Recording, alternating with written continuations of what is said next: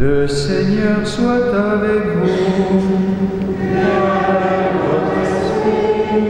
Proclamation de l'Évangile de Jésus-Christ selon saint Matthieu.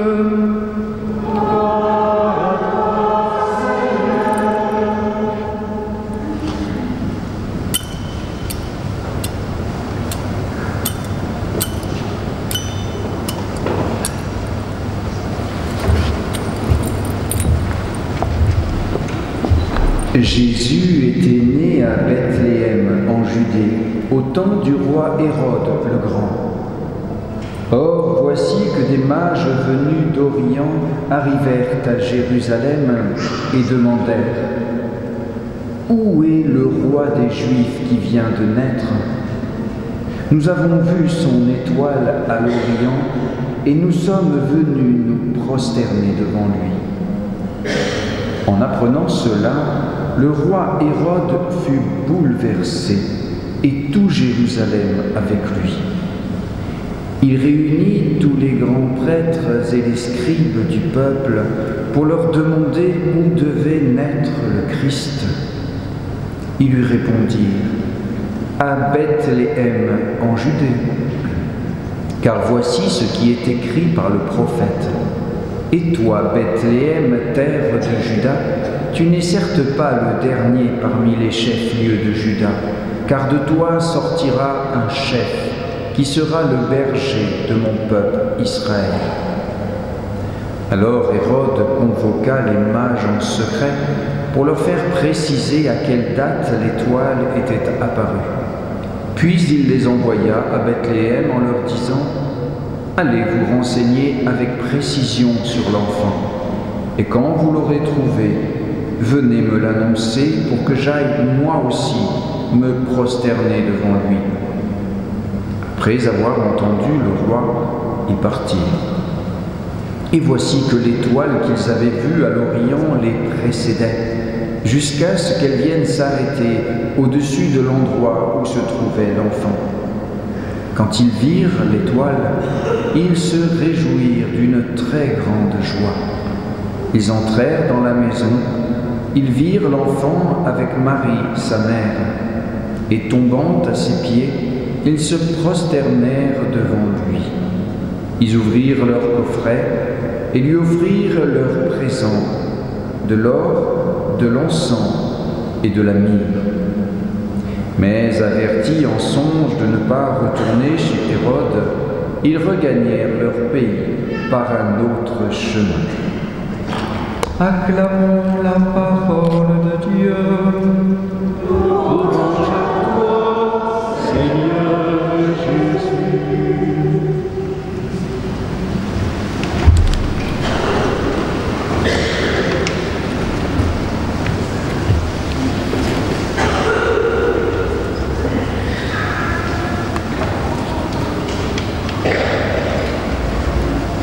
Les signes de la manifestation de Dieu sur terre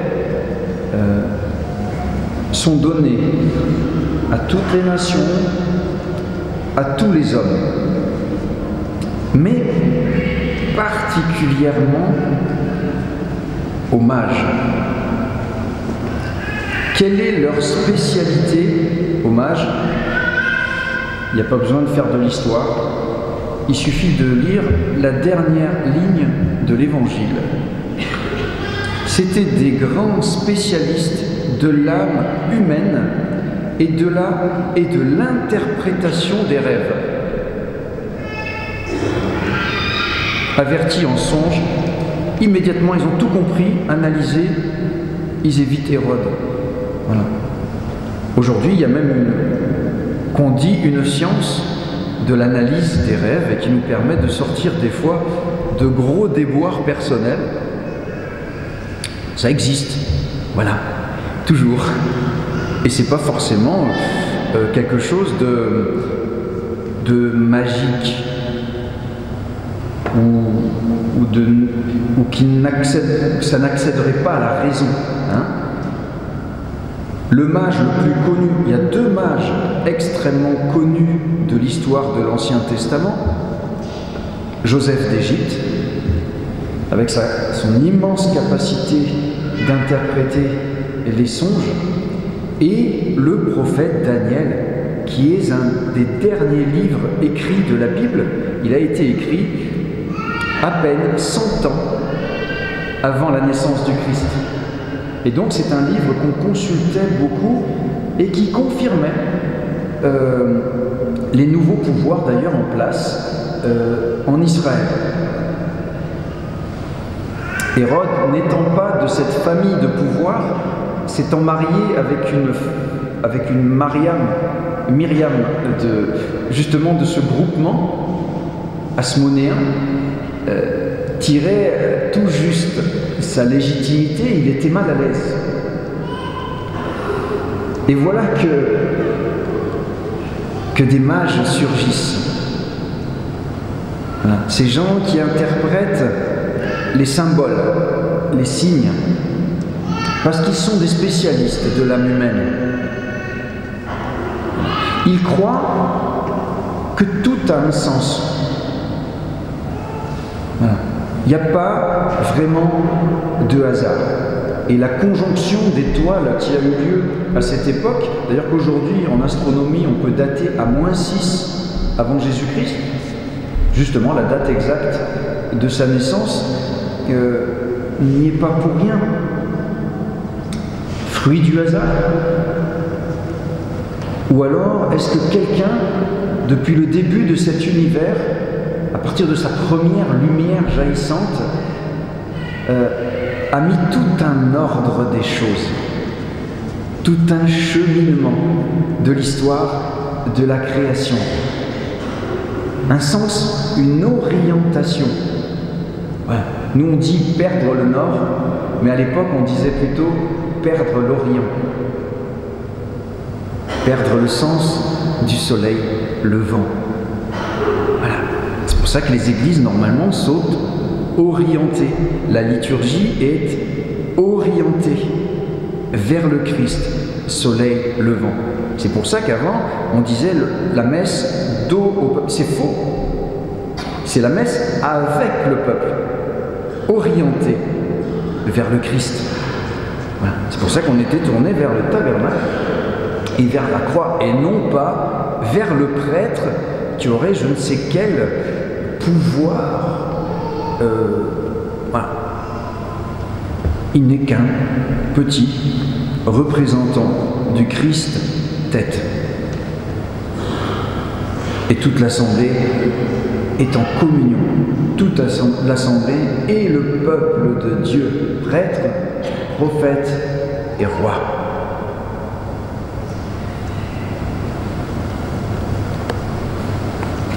Alors nous voyons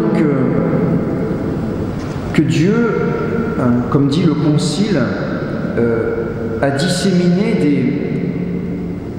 des parcelles de l'Esprit dans toutes les nations, dans tous les peuples, dans toute la création. Et il est de notre responsabilité, chrétiens, à partir de ces signes, quand quelqu'un vous raconte « Ah ben j'ai une bonne étoile », « Ah, il y a un ange qui m'a... » Voilà.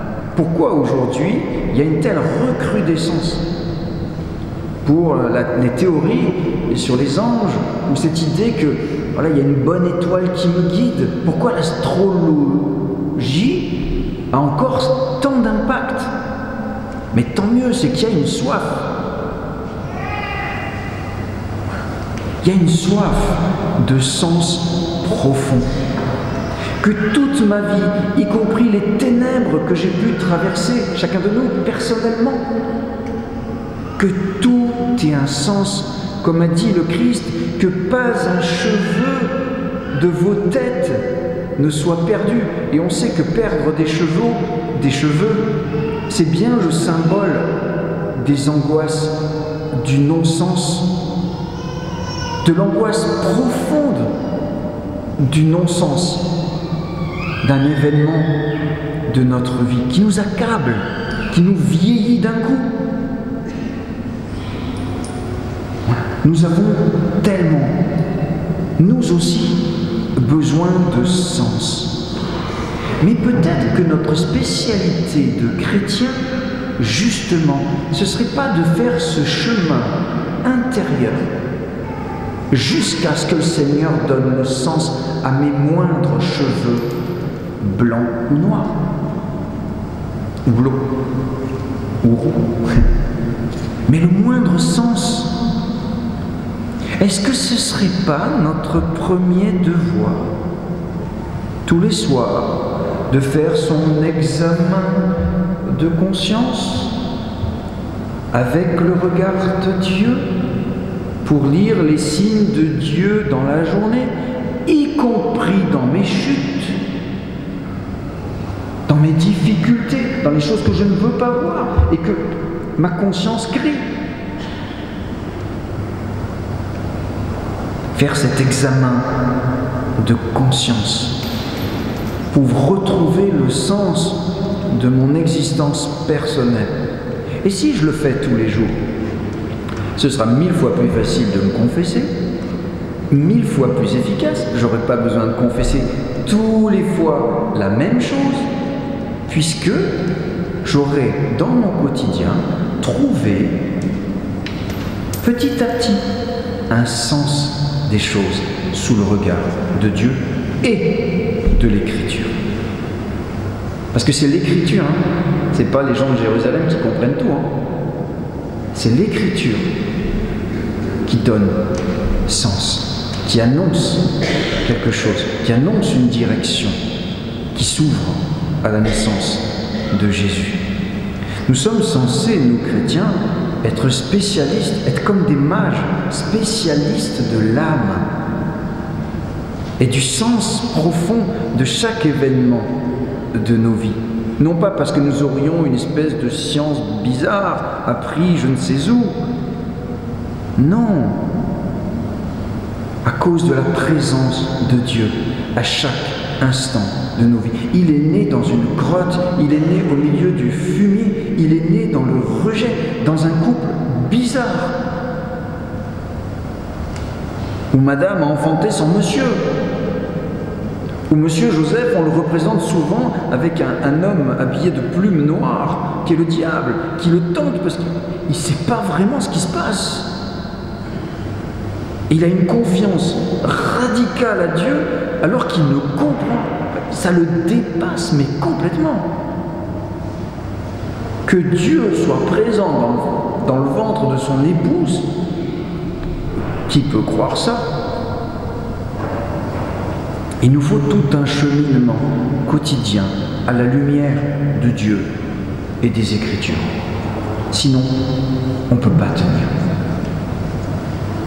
Voilà, c'est la prière que tu apprends en premier dès que tu as 6-7 ans, l'examen de conscience.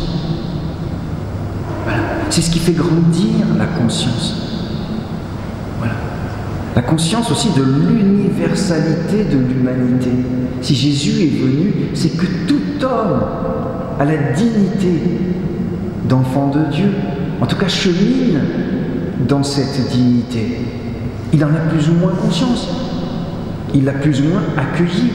Et c'est un stade fondamental. Le baptême et la reconnaissance de Dieu comme Père est un acte fondamental de salut accueilli. Pour les autres, il n'est pas encore accueilli. Il n'y a pas encore la pleine révélation, la pleine lumière, comme dit saint Paul. Ça doit nous brûler le cœur, déjà pour nous-mêmes, que tout est un sens, et les anciens le savent bien. Quelle est précise pour un ancien la mémoire du passé. C'est pas pour rien que Dieu nous a construits comme ça. Justement, toi l'ancien, toi le sage, tu devrais et demande aujourd'hui la grâce d'être renouvelé dans cette spécialité de savoir relire à la lumière de Dieu. D'abord ta propre vie et la vie de tes parents, de tes ancêtres. Demande la grâce. Parce que si toi tu ne le fais pas, mais qui va savoir le faire? Pas les jeunes avec leur tempérament toujours un peu intempestif. Hein? Toi tu peux plus courir. peux plus. Un peu nager dans l'eau froide là, mais tu peux plus. Mais par contre, ce sport intérieur que les jeunes ne sont pas capables de faire, parce qu'il demande une sagesse profonde, la longueur de la vie, voilà, c'est à toi. Et c'est pas le prêtre qui va le faire à ta place, là c'est un jeune, il n'est pas encore bien capable, il se prend des cailloux à chaque pas. Non, mais toi l'ancien, toi le sage, le mage des chrétiens, voilà, vis-le et communique-le. Et si tu le vis, tu verras que tu auras envie de le communiquer. Et on ne sera plus en pénurie de catéchistes. D'accord ? Parce que l'Église en manque profondément.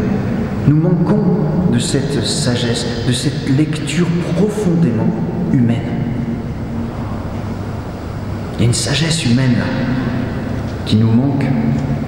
Et comme vous avez du temps, eh bien allez-y. Allez-y, relisez à la lumière de Dieu et de l'Écriture, pas à notre propre lumière, parce que ça c'est la ténèbre qui se touille elle-même. C'est pas possible. C'est trop dur. On devient fou. Voilà.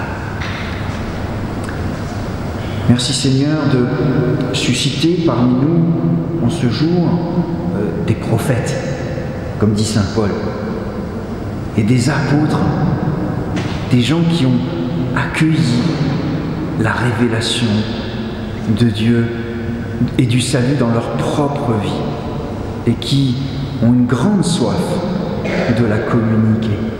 Merci Jésus de renouveler ton peuple, chacun de nous, par la grâce de ta manifestation.